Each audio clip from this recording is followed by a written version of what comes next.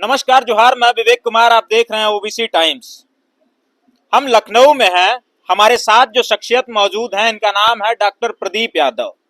इनकी एक किताब आई है पूर्वांचली समाजवाद के नाम से, जिसका आज सपा सुप्रीमो अखिलेश यादव ने विमोचन किया। उसके बाद से ये किताब लगातार चर्चाओं का विषय बनी हुई है कि आखिर पूर्वांचली समाजवाद क्या है। क्या समाजवाद की परिभाषा क्षेत्र के हिसाब से, जगह के हिसाब से बदलती रहती है? बातचीत करेंगे, इन्हीं से जानेंगे कि आखिर उस किताब की जो मूल भावना है वो क्या है। क्या जो समाजवाद आज तक हम पढ़ते आए हैं, सीखते आए हैं, कर्पूरी का समाजवाद, जयप्रकाश नारायण का समाजवाद, लोहिया का समाजवाद, या तमाम उन सोशलिस्ट नेताओं का समाजवाद, क्या उससे अलग है पूर्वांचली समाजवाद? बातचीत करते हैं। स्वागत सर आपका। जी, धन्यवाद। जो पूर्वांचली समाजवाद है, पूर्वांचल आमतौर पे जो है भौगोलिक अभिव्यक्ति के रूप में जाना जाता है कि नहीं, पूर्वांचल एक विशेष क्षेत्र है जहाँ पर की विशेष तरह के लोग रहते हैं। जबकि हमारा जो पूर्वांचली है शब्द है, ये एक कल्चरल वर्ड है, एक सांस्कृतिक अभिव्यक्ति है, जिसमें कि पूर्वांचल के का विशेष तौर से खान पान, रहन सहन, तमाम ऐसी चीजें, जैसे कि पूर्वांचल में जो विशेष रूप से डिश चलती है बाटी चोखा, उसी तरीके से पूर्वांचल का जो एक विशेष कल्चर रहा है। और ये कल्चर कोई नया नहीं है, ये प्राचीन काल से, चूंकि मैं इतिहास का प्रोफेसर हूँ, मैं आपको बता दूं कि ये प्राचीन काल से ही इसका एक अलग कल्चर है। वैदिक काल से अगर उठा के देखे, मगध साम्राज्य से लेकर के देखे और आधुनिक काल तक, अंग्रेजी काल तक, इसका अपना एक अलग कल्चर रहा। यहाँ पे बौद्ध धर्म, जैन धर्म काफी समृद्ध परंपरा रही है, और ना इन जैसे नास्तिक संप्रदायों का भी बड़े पैमाने पर प्रादुर्भाव रहा है। या फिर आप रामकृष्ण की जन्मस्थली के रूप में भी यह जाना पहचाना क्षेत्र रहा है। इन कारणों से यहाँ पर एक तो धार्मिक समाजवाद की भी पृष्ठभूमि रही है, जहां पर कि धार्मिक समाजवाद, तो जब कार्ल मार्क्स के समाजवाद की बात करें तो वो निश्चित रूप से पूरी तरह से भौतिक समाजवाद है, जिसमें कि आस्था, धर्म, इन सारी चीजों का कोई मतलब नहीं है, कोई जगह ही नहीं है। कोई जगह नहीं है। लेकिन जो पूर्वांचली समाजवाद है, इन सारी चीजों से अलग नहीं है, बल्कि यहाँ का रहन सहन, खान पान, सारी चीजें इसमें इंक्लूड हो जाती है। इस आस्था वगैरह को भी जोड़ दिया गया। हाँ, इसमें जो है, इसमें आस्था और धर्म का भी स्थान है। जब मैं आपको बताऊं, बनारस केंद्र पे जब क्रांतिकारी गतिविधियां चल रही थी, समाजवादी आंदोलन जब अपने फान पे था, चंद्रशेखर आजाद, सचिन सान्याल और तमाम ऐसे क्रांतिकारी थे जो बनारस और आसपास, बनारस में रह करके आसपास के लोगों को क्रांतिकारी दिशा दे रहे थे। ऐसे समय में जब प्रश्न उठता है कि भाई, समाजवाद तो सीधे सीधे भौतिकतावादी है, आर्थिक तत्वों को मानता है, वह धर्म और सारी चीजों का कोई स्थान नहीं है, तो फिर आखिर इसको कैसे समाजवाद को अपनाया जाए। लेकिन यहाँ का जो जितने क्रांतिकारी थे, अगर हम बंदी जीवन देखें सचिननाथ सन्याल की, या चंद्रशेखर आजाद, या और सारे जो क्रांतिकारी थे, उन सारे लोगों का यही था, धर्म से ही प्रेरणा लेते थे। वो धर्म से अपने आप को अलग नहीं कर सके। पहला वह क्रांतिकारी विचारक भगत सिंह थे, जिन्होंने एक निबंध लिखा कि मैं नास्तिक क्यों हूँ। सही मायने में उन्होंने ही समाजवादी, जो इसीलिए 1928 में सोशलिस्ट रिपब्लिकन एसोसिएशन, पहले जो है, हाँ, 1928 में सोशलिस्ट रिपब्लिकन एसोसिएशन के नाम से संगठन की स्थापना हुई। भगत सिंह ने कहा कि मैं नास्तिक क्यों हूँ। उन्होंने बताया कि ये जो समाज में, जो देश को अगर आजादी मिलती है, समाज आगे बढ़ता है, तो इसमें ये धर्म निरपेक्ष राष्ट्र होगा, जहां पर धर्म के लिए कोई स्थान नहीं होगा, सभी लोग बराबर होंगे, कोई जाति पाति का भेदभाव नहीं होगा, सब लोग समानता, उन्होंने समानता की बात की। और उन्होंने राजनीतिक स्वतंत्रता के लिए सभी तरह की धार्मिक स्वतंत्रता को अलग किया, और उन्होंने राजनीतिक स्वतंत्रता पर बल दिया, आर्थिक स्वतंत्रता पर बल दिया, और सभी तरह के शोषण का उन्होंने विरोध किया, और कहा कि मैं इसलिए आजादी नहीं चाहता, इसलिए बम और पिस्तौल की राजनीति नहीं करता कि नहीं जान के बदले जनार्दन शासन करने लगे। मतलब आज अंग्रेज हैं और कल को भारतीय हो जाए, और वो गलत कर रहा है तो भारतीय हो चाहे अंग्रेज हो, दोनों को मैं उतना ही गलत मानूंगा। अच्छा, ये बताइए, इस किताब का नाम आपने समाजवाद या कुछ और पूर्वांचल समाजवाद ही क्यों रखा? पूर्वांचली समाजवाद इसलिए रखा क्योंकि पूर्वांचल के लोगों का और अंतर्राष्ट्रीय स्तर पे हम्म। एक बहुत ही घनिष्ठ संबंध रहा है। पूर्वांचल के लोग जो है गिरमिटिया मजदूर के रूप में फिजी, सूरीनाम और तमाम ऐसे देशों में ले जाए जाते रहे, ठीक है। तो उनका आना जाना सदैव बना रहा, लेकिन जहां भी गए उन्होंने अपने कल्चर को नहीं छोड़ा।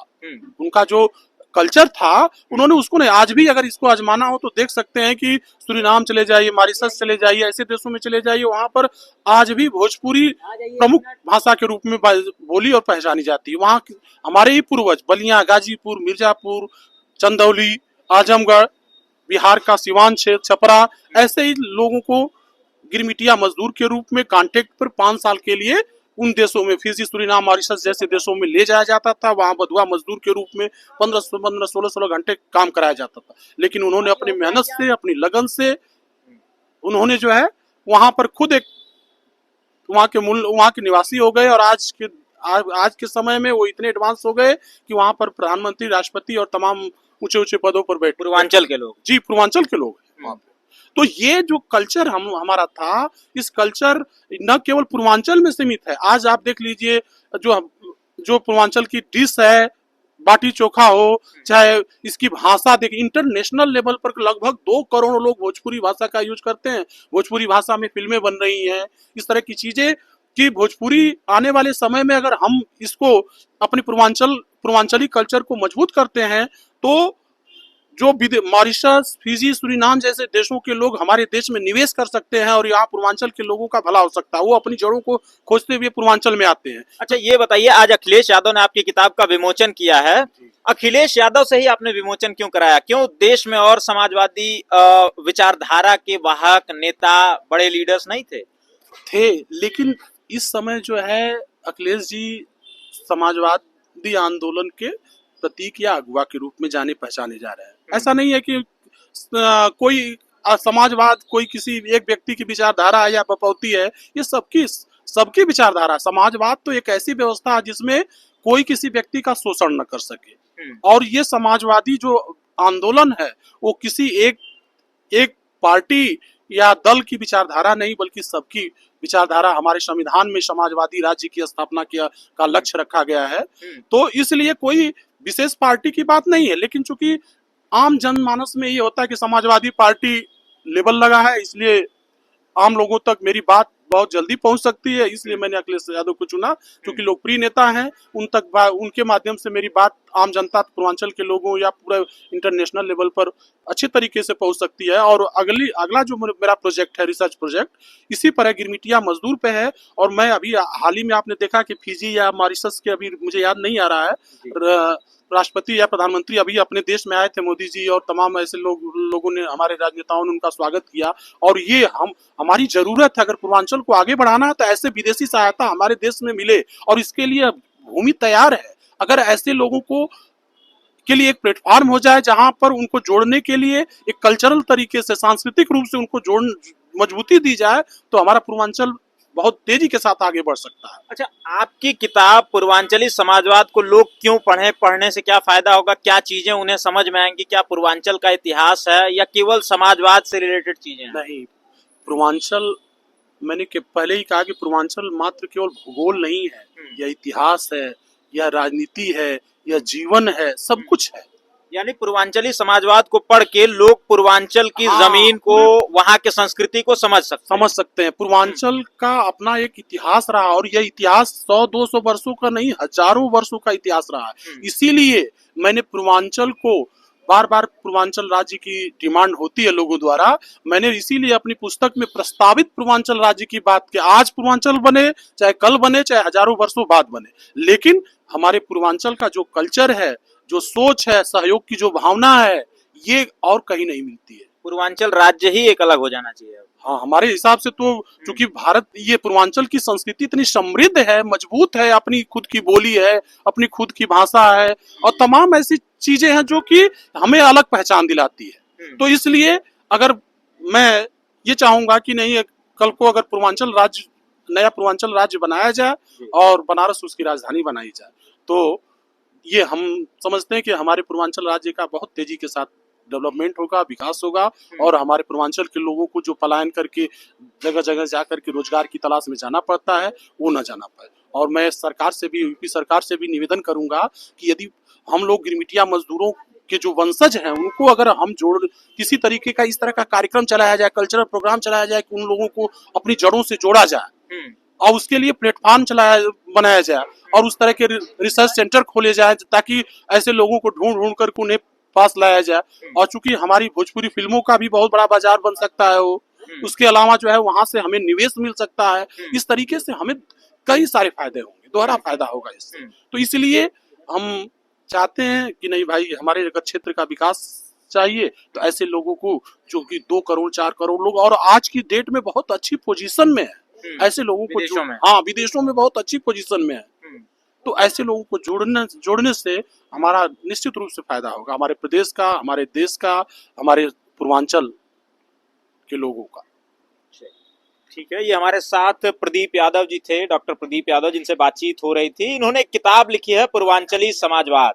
इनका कहना है कि उस किताब में इन्होंने तमाम चीजों को समेटा है, समेटने की कोशिश की है, जो इतिहास है उसे खोद करके कहीं ना कहीं लोगों के बीच में लाने की कोशिश की है। इनका कहना है कि पूर्वांचल का इतिहास बड़ा ही समृद्ध रहा है। यहाँ के गिरमिटिया मजदूर जो विदेशों में गए, तमाम देशों में गए, वहां पे आज के समय में एक अच्छी पोजीशन में है। तो कहीं ना कहीं अगर वो अपनी जड़ों से जुड़ते हैं, यानी कि पूर्वांचल को देखते हैं, समझते हैं कि हाँ पूर्वांचल से हमारी जड़ें रही, हमारे पूर्वज पूर्वांचल के रहे हैं, तो यहाँ के बारे में यकीनन कुछ ना कुछ सोचेंगे, यहाँ निवेश लेकर के आएंगे, उद्योग होंगे, तमाम वो जरिए विकसित किए जाएंगे जिससे यहाँ के लोगों का जीवन यापन थोड़ा सा और बेहतर हो सके। इनका कहना है कि पूर्वांचल राज्य की मांग बड़े लंबे समय से चल रही है, पूर्वांचल राज्य होना चाहिए, उसके होने के तमाम फायदे इन्होंने बताए। आप क्या सोचते हैं कमेंट्स के माध्यम से बताइएगा। हम जल्दी मिलेंगे अगली वीडियो में, तब तक के लिए नमस्कार, जोहार।